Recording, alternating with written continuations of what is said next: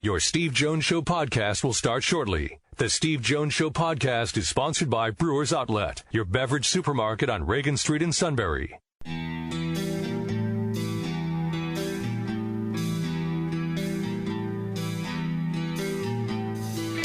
Sports talk where your voice counts. This is the Steve Jones Show on News Radio 1070 WKOK. Now from the Sunbury Motors Studio, here's Steve Jones. Today's show brought to you by Brewers Outlet, Reagan Street in Sunbury, the beverage supermarket. Imports, domestics, microbrews, best selection of beer anywhere. Wine coolers, water, soft drinks, snacks. They roast their peanuts fresh and hot every day. And the pickle bar led by the barrels and the dills, indeed second to none. Stock up for the draft. There's hours tonight. There's 73 picks tonight. And then 4 more rounds tomorrow. Said that to get you excited, Matt. I'm always excited. I can't wait. I'm all stocked up already. All right, all at Brewers Outlet, Reagan Street in Sunbury, the beverage supermarket. They're open now and into this evening. And we're in the Sunbury Motors Studio, Sunbury Motors, 4th Street in Sunbury, Sunbury Motors Kia, routes 11 and 15 in Hummel's Wharf. Online sales now available at Sunbury Motors, and the service department is open Monday through Friday, 7 a.m. to 4 p.m. Alex Kozora, SteelersDepot.com in a few moments. First, our play-by-play call of the day. McSorley from the goal line, slant, and there's Hamler, the speedy freshman. They'll never catch him. K.J. Hamler, touchdown. Welcome to college football. 93-yarder against Ohio State on the slant over the middle. It is amazing that once you catch the ball and you have 4.27 speed, they will not catch you. Alex Kozora, SteelersDepot.com joins us. Alex, welcome back. Great to have you with us. Thanks for having me on, Steve. Well, first of all, the Steelers already got an A for their first-round pick. His name is Minkah Fitzpatrick. So they've got an A for that. But they got a pick tonight at 17. So give us some hints as to where you think the direction could be. This is really uncharted territory for a lot of reasons. Obviously, everything pandemic-related, but for Pittsburgh to pick this late in the draft is I wouldn't say unprecedented, but pretty close to most people's lifetime. The first time they haven't picked in the first round since 1967. The first time they're picking this late in a draft since 1963. So it has been difficult to project. Obviously, you get a little more clarity based on what happened in round one, but not a lot. The obvious kind of catch-all vague answer I can give you is offense, based on how poor the offense was last year, how elite the defense was. It's going to be either an interior offensive lineman like a Matt Hennessy from Temple, local kid out your way, Lloyd Cushenberry the third from LSU, or a running back or a receiver. Running back, only one went on day one, Clyde Edwards-Helaire, 32 to the Chiefs. So if Jonathan Taylor from Wisconsin slips, certainly going to pique the team's interest. Ditto with Cam Akers from Florida State at receiver. I look at guys like Michael Pittman Jr. from USC, T. Higgins from Clemson, and maybe even kind of an in-betweener, somebody that can be a little running back, a little receiver, kind of put his hand in both pots, like a Laviska Shenault from Colorado, who's a big guy, tough, injury concerns, but certainly can be a playmaker and was the go-to guy for that Colorado offense. Can K.J. Hamler fit that mode? He could. I thought maybe Philadelphia would have interest, but obviously he's probably going to be on the table now that they took Jalen Reagor in round one. The question with Hamler is the obvious, the size, and the Steelers generally don't draft receivers that are that small. But, you know, you had that. I was envisioning him running downfield, that 93-yarder you guys were playing in a second ago, and just the fastest dude on the field every time he stepped into a college football stadium, and that's probably going to be similar in the NFL. But I do worry about the obviously size concerns. He didn't get to work out and test at the combine due to an injury, but he would be that really speedy slot guy the Steelers roster just simply lacks right now. Jonathan Taylor's interesting for this reason. Obviously, he was a terrific college back. And not only that, I thought last year Wisconsin did a great job of using him in the passing game more. Now, that helps him at the next level. But he's got two issues. He's got tons of wear on the tread. And number two, 18 fumbles is not a small number, Alex. Absolutely. Those are the two big concerns for sure. Now, I will say for Pittsburgh, they really care about two things when it comes to drafting running backs. You think of guys like James Conner, Benny Snell, Le'Veon Bell, even Jalen Samuels, who's more hybrid but viewed as a running back by the team. They want size, guys that are 220 pounds plus. That's the type they go for. Taylor checks that box, and they want guys with ultra-great production in college. And Taylor, of course, checks that box nearly 3 straight seasons of 2,000-plus yards. So there were some worries about mileage and the fumbles. I think those are fair concerns. But at this point, for me, rookie running backs, you're on a 4-year contract. Do you even want to give these rookie running backs a second contract? You see what happens with guys like Devontae Freeman and Todd Gurley. They've been mistakes. So from a Ware standpoint, I'm less concerned because it's not like you probably plan on this guy being on your team for 10 years anyway. You might be 4 years, and that's it. The fumbles are a different issue. Of course, you had a bunch of carries, so you have to see the percentage and maybe kind of how those numbers bear out relative to other backs in this class. But I think if Taylor's there, no guarantee he is, but if he is, Pittsburgh will certainly have interest. You talk about interior offensive line. Did the signing of Stefan Wisniewski ease that concern a bit, or is that still high on their board even with that signing? I would say it eased it a bit just that it gives them some roster flexibility so they don't have to feel compelled to take someone because that's when you make bad decisions when you have this giant hole in the roster where you feel like you have to fill it. But certainly signing a Wisniewski guy that's 31, didn't start last year until their injuries for the Chiefs, was on the street for the first month of the season, isn't going to stop you from drafting someone you think could be a long-term option at the position. Last year they signed Steven Nelson and Mark Barron and Dante Moncrief in free agency, and they go out and draft those positions with Devin Bush and Deontay Johnson and Justin Lane. So it's not going to stop them if they can get a long-term option like a Hennessy or a Cushenberry. That's certainly a possibility if the board falls the right way. Right. The Steelers are obviously in an interesting spot because they've got a quarterback that keeps them in the Super Bowl hunt all the time when he's healthy. We saw last night the Packers, Alex, draft Jordan Love because at this point Aaron Rodgers is 36. At some point tonight, because they have, 2 picks tonight, right? Does that sound fair? Right. I think it's, yep. Do you maybe in round 3 think about another quarterback, or are they comfortable enough with Mason Rudolph? Publicly, they've said they're comfortable with Rudolph right after the season. For as difficult of a year as it was for the Steelers offense and Mason Rudolph, they said Rudolph is the backup heading into 2021. So there was a big public show of confidence there. I would probably have the same reaction to them drafting a quarterback as Aaron Rodgers probably has right now. He's probably got big speak to your manager energy right now, wondering what the heck is going on. Why aren't they going with weapons? I'm more interested in building weapons around Ben to win with him as opposed to trying to find his replacement. You got a 2-year window to win a Super Bowl. You got this year, next year, and that's all that's really guaranteed right now in terms of that Super Bowl window. I want to build as much talent as possible with my Hall of Fame quarterback as opposed to trying to find his replacement. And in the 3rd round, there probably won't be any talent there. Maybe James Morgan from Florida International. If they're going to do it, round 2 is probably the better place to do it because you got Jalen Hurts, Jake Fromm, and Jacob Eason, all kind of good Tier 2 quarterbacks. But really, for me, quarterback is like the one position I'd be dead set against drafting tonight. Yeah, because the name that keeps coming up over and over again is Jake Fromm. Mm-hmm. And Jake Fromm, to me, is the kind of guy, Alex, when I look at him, he's got to me, he has to go to a team that has something up front. In other words, going to a bad team is not good for him because he needs time to do what he does. Mm-hmm. He's sure. a pure pocket. He's a pure pocket guy. Absolutely, and I thought that I disliked those quarterbacks. I like Jalen Hurts a lot. I feel Deshaun Watson in Jalen Hurts in terms of the intangibles. Everyone's going to love him. Killed it in the interview room. So it's not the fact that I dislike the quarterbacks. Honestly, Steve, what I would do, I think the one way quarterbacks might play a role in the Pittsburgh is if, let's say, Jalen Hurts or Fromm or Jacob Eason's there at 49, and some other team wants to trade up for that quarterback because he's like the last good quarterback left on the board. Yeah. Pittsburgh, with only 2 picks, 49, 102, it's not a lot of draft capital. Move back maybe 10, 15 spots, pick up another mid-3rd round pick, give yourself some options and flexibility in a draft like this. You want as many bites at the apple as possible because this draft has been lacking information. The more picks you have, the more chances you have to get things right. Is this one, Alex, where maybe tonight, especially considering we don't even know if they're going to be preseason games? I mean, they might just do it the college football way this year. Like, okay, we'll do some scrimmages, things like that, and then we're going to go play games. Is this a best player available deal tonight maybe for the Steelers?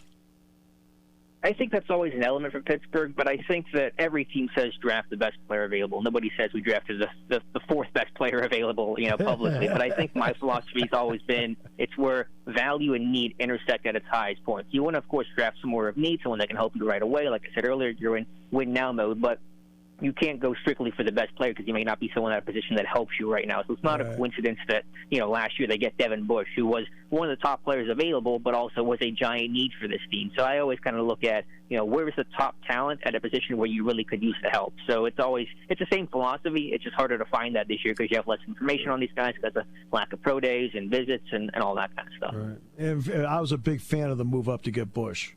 And I was a big fan. And I was a big fan of the Minkah Fitzpatrick trade. I mean, they're two cornerstones for them for a while. When you look at the draft, after the way everything played out last night, to you, who are some of the first players that come off the board tonight, even before the Steelers get a chance to pick?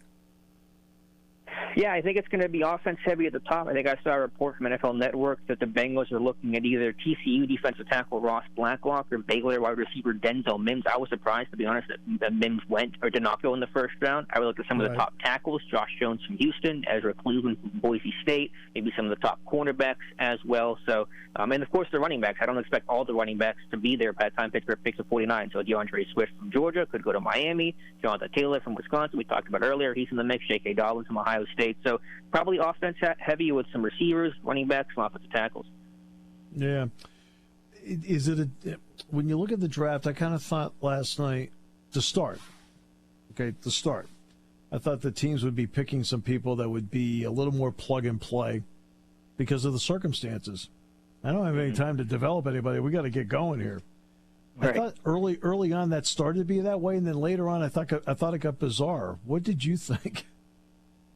Yeah, I would say that I agree with that assessment. The top 15 picks really were pretty chalk. No major surprises, no trades until, 13, barely any of a one-spot trade there. The Buccaneers and 49ers flipped the spot. Then again, it kind of gets murky later in the draft, which I guess is kind of to be expected once, teams have to react to the board. But yeah, I mean, I think tonight we're going to see more activity, some more trades. I'm sure last night for so many teams was just so new, so weird. You were just making sure your internet stayed in good connection without having to worry about doing trade stuff. So I think you're going to see more activity tonight than opposed to last night. Alex, I'll tell you, and I made the joke earlier, when Damon Arnett got picked, and look, I've done enough Penn State, Ohio State games, so I've seen him enough in person, I've seen enough video of him. I thought it was Saturday. That was a stunner. I was shocked by that, not going to lie. I looked like, is it Saturday yet? There's no way on the planet. Okay, so give us just for the heck of it, for some fun. Who did they pick at 17 tonight? Well, the guy I had at my last Steelers mock draft on Steelers Depot is still there, so I'd be a liar if I didn't stick to my guns, although I'm doing it with, my fingers crossed and I'm kind of squinting at this one. I'm going to go Matt Hennessy from Temple. There was a report that team does have interest in him. He's high character, tough, durable, really good Senior Bowl week. They could use the help, but it could be Chenault, Hennessy, Pittman, Jonathan Taylor. Those are four for you. They're all four really good players.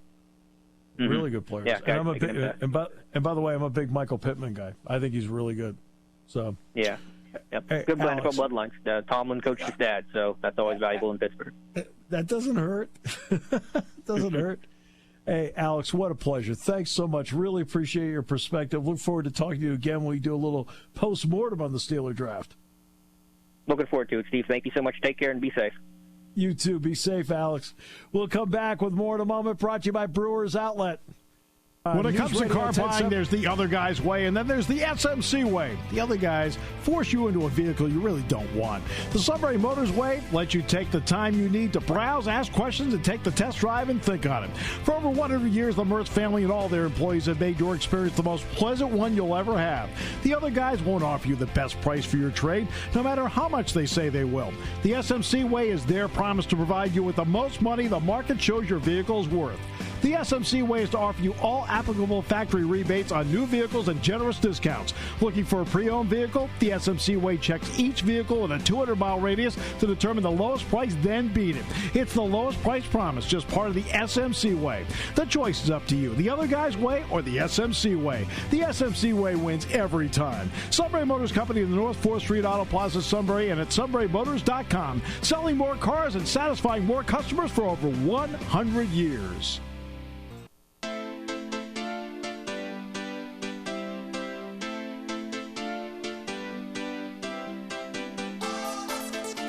Today's show brought to you by Brewers Outlet, Reagan Street in Sunbury, the beverage supermarket. And we're in the Sunbury Motors studio. 4th Street in Sunbury, Sunbury Motors Kia, routes 11 and 15 in Hummel's Wharf. Last night's draft. We said that people would be aching to watch it. Even the most casual of casual fans. Well, how did it do? Well, in 2014, 12.4 million people watched the draft. Last night, a record 15.6 million people watched the draft, and it was a 37% increase over last year's draft. Now, I saw nothing of the draft-a-thon, which was being hosted by Rich Eisen.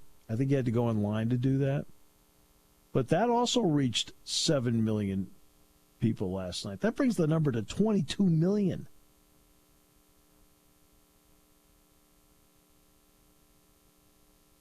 Amazing. The draft will get going again tonight at 7 o'clock. Rounds 2 and 3. Now, it's not 64 picks tonight. 32 in the second and 32 in the third. It's actually 73 picks. There are 9 compensatory picks at the end of the third round tonight.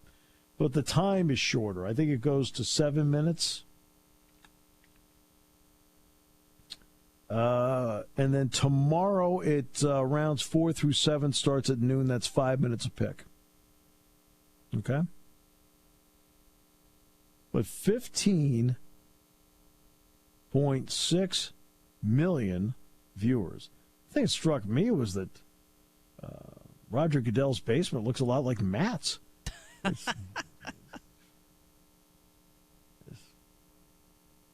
got me. And then, of course, the suit. The suit's already chimed in as to who he wants the Steelers to pick tonight. And who was that?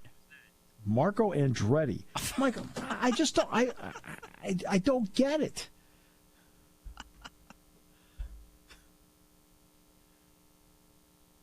You wonder why I get frightened. I mean, I'm sorry. He worries me. Right? Now, Roger is a huge Redskins fan. And I want to tell you right now, they got the guy last night. I'll bet he can't be any happier with the pick the Redskins made. Now, I'm reading a draft review from last night. And they gave the Redskins a B+ or something like that for pick. Something like that. No, here, listen to the reason. All right? He thinks that the Redskins should have drafted Tua.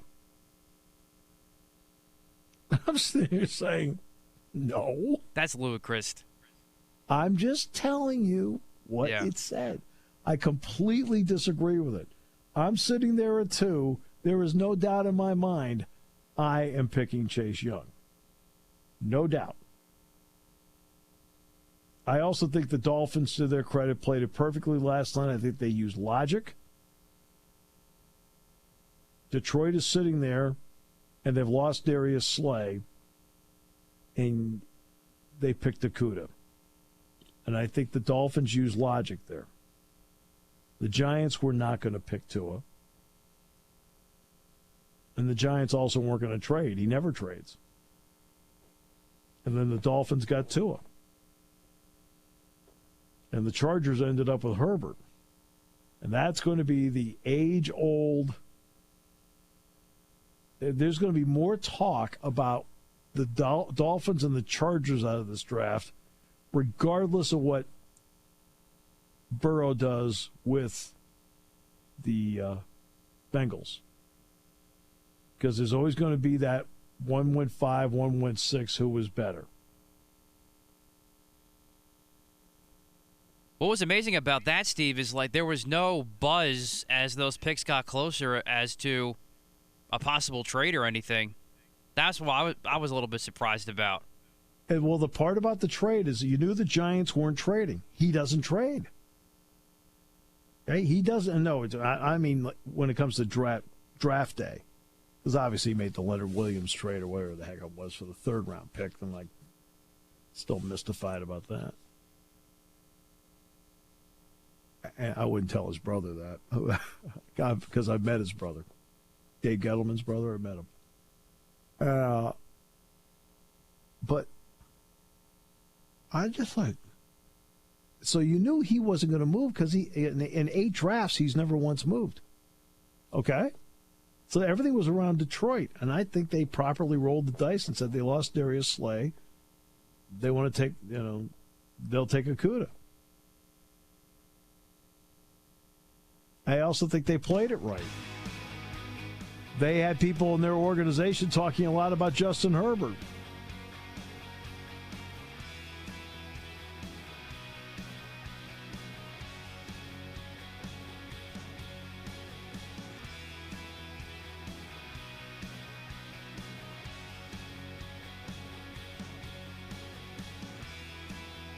Today's show brought to you by Brewers Outlet, Reagan Street in Sunbury, the Beverage Supermarket, imports, domestics, microbrews, best selection of beer anywhere. Wine coolers, water, soft drink, snacks, they roast their peanuts fresh and hot every day. And the Pickle Bar, led by the Barrels and Dills, indeed second to none. All at Brewers Outlet, Reagan Street in Sunbury, the Beverage Supermarket. Ah, yes. Stock up for a big draft weekend. Taking your calls at 800-795-9565. This is the Steve Jones Show on News Radio 1070 WKOK. Now, from the Sunbury Motor Studio, here's Steve Jones. Oh, stock up for the big draft weekend. I mean, Matt's already locked in. Matt, you're locked in, buddy. Oh, of course. I mean, you are. In fact, you're excited. Probably have another cold one tonight. Or 2. Yeah. Well, just don't yell at the TV like you did last night when the Eagles made their pick. I mean, look, I'm just concerned that Lisa then has to work harder to calm the baby down. Well, luckily, everybody was asleep last night. No, I meant you. All right, so. Well, there you go. That is a different story. Are the jokes this cheap and easy? Thank you so much. I'm back at 7 o'clock. Don't forget to tip your waitress. All right. Today's show brought to you by Brewers Outlet, Reagan Street in Sunbury, the Beverage Supermarket. Imports, domestics, microbrews. Best selection of beer anywhere. Wine coolers, water, soft drinks, snacks. They roast their peanuts fresh and hot every day. And the Pickle Bar, led by the Barrels and the Dills. Indeed, second to none. All at Brewers Outlet, Reagan Street in Sunbury, the Beverage Supermarket. And they are open right now for you to stock up for your draft weekend and also to watch the Jordan special again. And we are in the Sunbury Motors studio. Sunbury Motors, 4th Street in Sunbury. Sunbury Motors Kia, routes 11 and 15 in Hummel's Wharf. Online sales now available at Sunbury Motors. Great product lines. Check them out online. Great sales staff. Great deals. All at Sunbury Motors, 4th Street in Sunbury. Sunbury Motors Kia, routes 11 and 15 in Hummel's Wharf. And don't forget, the Sunbury Motors Service Department is open Monday through Friday, 7 a.m. to 4 p.m. And with that, we now go to New England and the King. I am craving a Brewers Outlet pickle. I'm sure you are. Oh, they're the best. Boy, they're good. They're very, very good. They are the best. Very good. Yeah. Listen to the commercial now. I'm craving it. I don't know what to do.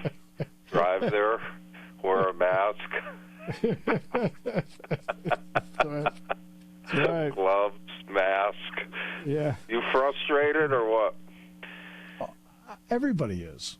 Oh my gosh, I can't. I went to the bank today. There's 15 people in line. You can't go in. You can go in a grocery store, but you can't go in a bank. So they only have one drive-through window. You know. Right. You're like, I'm slowly gonna shoot myself or sniff glue until I see purple. I don't know, but anyway, we're healthy and that's good. Yeah, so, we're gonna be all right. We're gonna be. Yeah, all right. we'll be fine. I applied for that money. I'm gonna need it. So Good.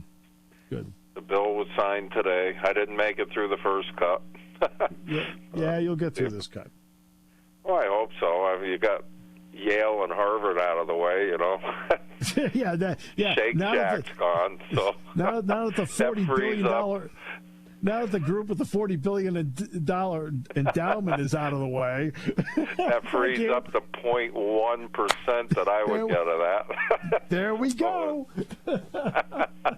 I mean, I'm a little pimple on a butt compared to these guys, so I don't know.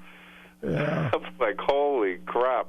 My wife and I were reading that the average payout was $250,000. I'm like, what? I'm like, God, that's a big payroll. So that was average, and we're not even even in that ballpark. But we're all healthy. Everyone's happy. Everyone healthy with you? They are, and in a few months' time, I think we'll be talking a different tune. It's just me. You know? What do you mean? It's better. Oh, it'll be better. Yeah. You know, I mean, it has to be better, but they gotta stop treating us like little babies here. You know, we can take care of ourselves. I was telling Matt, they've trained us well. The 6 feet thing, that's easy. The masks, that's easy. And at some point, you got to let it go and just say, hey, now just practice the distancing and wear the masks and keep sanitizing. But what is the end? Because they don't have a vaccine. So define the end. There is no end. They never get a vaccine. So you're going to have to trust the fact that people will be vigilant, and if you see people not doing it, or you go in stores where they're not practicing it, then you call the authorities, and they'll make sure they do it. So, but we got to, as a group, if we're all in this together, then we got to all actually be in it together and start working on it, not just sit at home and hide. So. Right, you know, and that's going to be really important. I think at some point you got to trust us. Yeah. So you have to. I mean, because you don't have an answer for the virus, and you're not going to have it for quite a while. So again, you're going to have to. Again, SARS never had it. They never did have a vaccine for it. They never did. They say it again. SARS and H1N1. They never had a vaccine for it. They never got that point. So we just grew an immunity to it. It burned itself out. Saying that. I'm not saying that's going to happen with this, because obviously I'm a sportscaster. I'm a doctor. I know my. I didn't tell you that, did I? I know my place in life. I know where my brain power is. I have the ability to read and comprehend. Okay, I can't do that. Some of the stuff you can't make up. I mean, I needed a blood test, right? But I said I'm not. I go to this what's called Hartford Healthcare, and I had just general appointments, follow-ups. I'm being a good boy, and they canceled them because they don't want anyone in their office, and you're just going for a follow-up, and it's no. I said that's fine. Then the next one canceled that one. Then the one that wanted me to get the blood test said you have to go to Quest. I said, well, I'm not going there because the last time I was there were a lot of people with masks and gloves on, you know. Right. Oh, but you have to go. I said, well, wait a minute. Your office called and canceled 2 appointments because you don't want me in there, but you want me to go in there. That's right. Hey, well, you got a good point, Mr. Jones. I said, well, yeah, I'm not going. That's my point. So. There you go. Yeah. I mean, all right. So let's try and stay out of harm's way when you can. So yeah, exactly.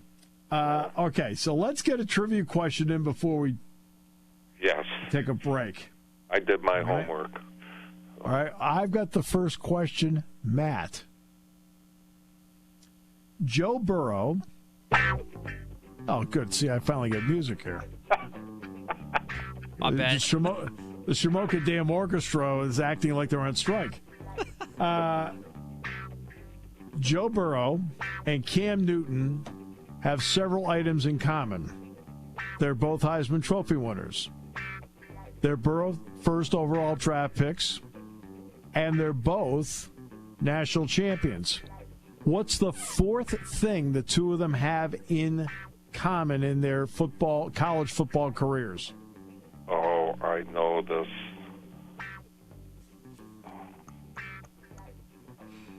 They both play the piano. Okay, and Matt? I'll say passing yards. They both signed their letters of intent with Urban Meyer. Ah! Everyone forgets that Cam Newton signed his letter of intent with Florida first. Wow. And got out of it. I did forget about that. And got out of it. And then Burrow They don't transferred. play the piano? They may play chopsticks, but I don't think so. I tried. So. See, now that's a good one out of the gate. That is a good one. Okay. Matt? Okay. Sticking with football. Which player was inducted into the Pro Football Hall of Fame at a younger age than anyone else?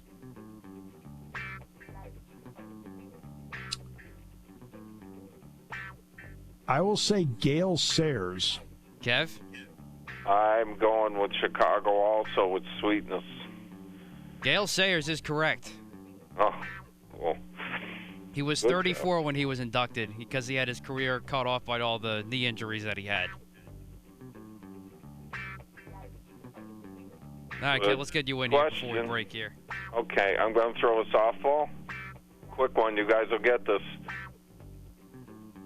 What's the only city that their Major League Baseball, NHL, and NFL teams have the same colors? Oh, Pittsburgh. There you go. There's your softball. The rest won't be. All right, we'll take a break. We'll play good old-fashioned country hardball in a moment. Brought to you by Brewers Outlet on News Radio 1070 WKOK. Party time, game time, or just fun time. Doesn't matter what time it is because it's Brewers Outlet time. The beverage supermarket has the area's largest beer selection. Imports, microbrews, ciders, and domestics. Pick from over 100 ice-cold 12-packs and dozens of 24-ounce singles. Soda, snacks, hot sauces, fresh roasted peanuts. Make it one-stop party shopping, and don't forget the pickle bar. So whatever you're celebrating or just doing it up, Brewers Outlet, Reagan Street, Sunbury wants to see you. And thank you for your years of patronage.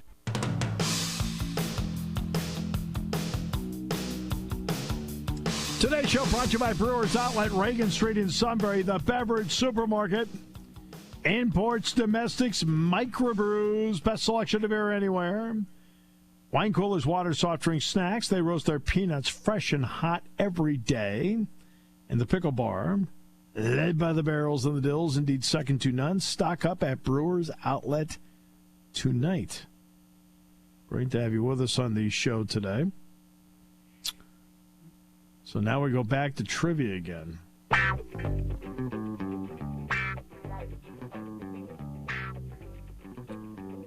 All right, we'll stick with draft trivia. As I mentioned earlier, I think it was last week's show, that the St. Louis Cardinals were the ones in the NFL that drafted Joe Namath. Okay? Well, the Jets that same year also signed another quarterback, Heisman Trophy winner John Hewart. What NFL team actually drafted John Hewart? who was the Heisman Trophy winner at Notre Dame. So who drafted him? Let's see. The Minnesota Vikings. Okay, good guess. Matt? I'll go with the Houston Oilers. Well, it had to be an NFL team. Oh, right. Sorry. In the AFL. He signed with the Jets. Side, yeah. It was the Philadelphia Eagles, your team. Oh. Okay, then. Yeah. How long did he play? He only played like 4 years. That's why I don't know him. Notre Dame put a lot of quarterbacks in the NFL. Yeah. Yeah, they did. Hey, Matt? Okay. Which is the only country to have played in every World Cup? West Germany. Steve? I will say England. Correct answer was Brazil. Brazil? Wow, that is obvious. Oh, my God. Okay. Good question. There's a couple different countries you could have chose from there. I guess Uruguay's, huh? All right. What is the average lifespan of a Major League Baseball? In other words, how many pitches would the average pitches? Yeah, I would say the average, I'm going to say, is around 4. Matt? I'll go 6. Ding, ding, ding, ding, ding, ding, ding, ding. Oh, all right. Matt, 5 to 7 pitches. Steve, you were close. 5 to 7, you picked 6. That's right, smack in the middle. I thought that was fascinating. You only get one ball, only gets used on an average of 6 times. And that's it. Gone. Well, you know what I always laugh about?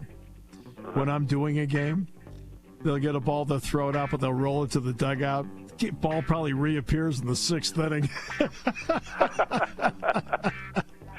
I mean, there's nothing wrong with them. Why do they use so many balls?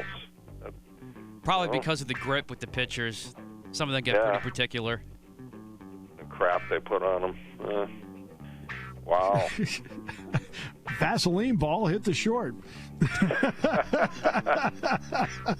Everyone's getting my questions right. Steve, you're up. Oh, I'm up. Okay. I'm up. Okay. In what city were the now Las Vegas Raiders, previously the Oakland Raiders, what city did the Raiders, where they were supposed to originally start from? What city? When they were formed?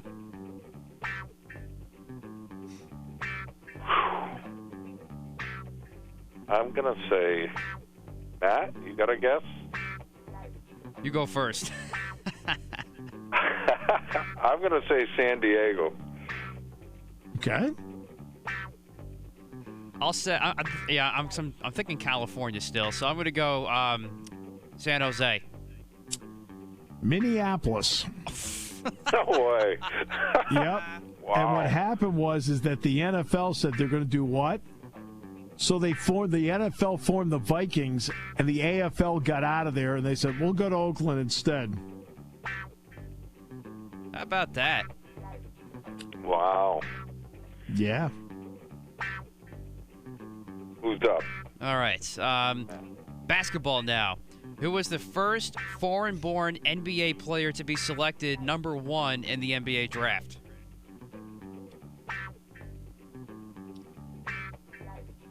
Foreign-born. Let's see. Larry Bird's out. Yes, he would be out. He wasn't even first, so. I'll go with Yao Ming. All right, Kev. Born. I'm going to go with Kobe Bryant. Was he born in America? Wasn't he born? His father was in the military. Yes. No, his dad was played in Italy. Right. Yeah. Jelly Bean Bryant. Not correct. It is Michael Thompson from the Bahamas. Okay. All right. Yeah. Okay. Cool. Yeah. Well, that's Klay Thompson's dad. Did you know that? No, I didn't know that. Yeah. That's Klay Thompson's dad. All right, well, that makes sense then. Yeah. And then Michael Thompson played at the University of Minnesota. So there you go. Who is the great-great-great-grandson of Brigham Young? Steve Young. Darn. Ding, ding, ding, ding, ding. There you go. Yeah, I was probably going to think this is something similar to that. Yeah. How do you know all these? I never would have got that. Isn't that wild? He's his great-great-great. You remember who our great-great-great-great-grandfather is? Yes, Abraham Lincoln. No. How do you get Jones out of Lincoln? Holy moly. That'd be impressive. There's a lot of marrying. No, I'm just kidding. I don't know. How the heck do I know? Do you know who our great-great-great-grandfather is? The original of? No. No? No. Think of Grandma. Think of Grandma's maiden name. Gamble. Yeah. Procter & Gamble? Yep. Wow. Our great-great-great-grandfather is the original Gamble from Procter & Gamble. Well, how about that? Yeah. I've learned something He today. sold it before it became huge. Yeah. But he was hooked with Procter. He was the original Gamble. So. It's just, we got nothing out of it.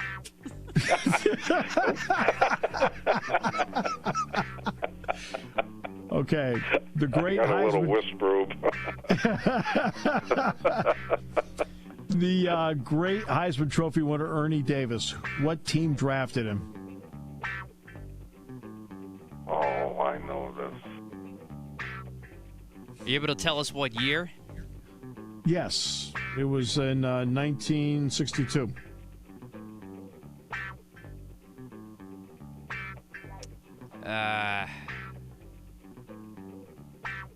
I'm going to go Boston. I think they were still the Boston Braves then, right? No. Okay. Cleveland Browns.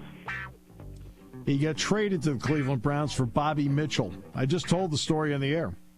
Ernie Davis was selected by the Washington Redskins. I wasn't listening. And the Redskins, you were working that time. The Redskins then traded Ernie Davis to Bobby Mitchell, and Bobby Mitchell helped break the color barrier in Washington. They were the last of the original NFL teams to integrate. Now they got Chase Young. Interesting.